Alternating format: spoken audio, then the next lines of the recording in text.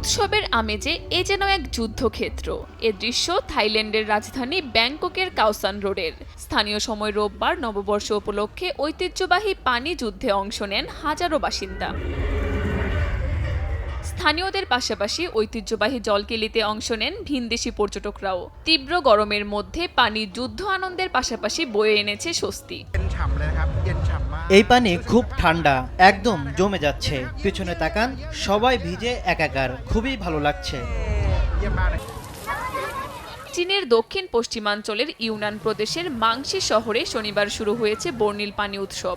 হাজার হাজার পর্যটক ও স্থানীয় বাসিন্দা একত্রিত হয়েছেন শহরের প্রধান চত্বরে। কারো হাতে পানির বন্দুক, কেউ বা বালতি, কেউ প্লাস্টিক ব্যাগে করে ছিটাচ্ছেন পানি। মধ্য এপ্রিলের এই জল উৎসব হচ্ছে দেশটির দায়ী জনগোষ্ঠীর সবচেয়ে বড় উৎসব। এবছরের আয়োজনে স্থানীয়দের পাশাপাশি পানি উৎসবে যোগ দিয়েছেন হাজারো পর্যটক।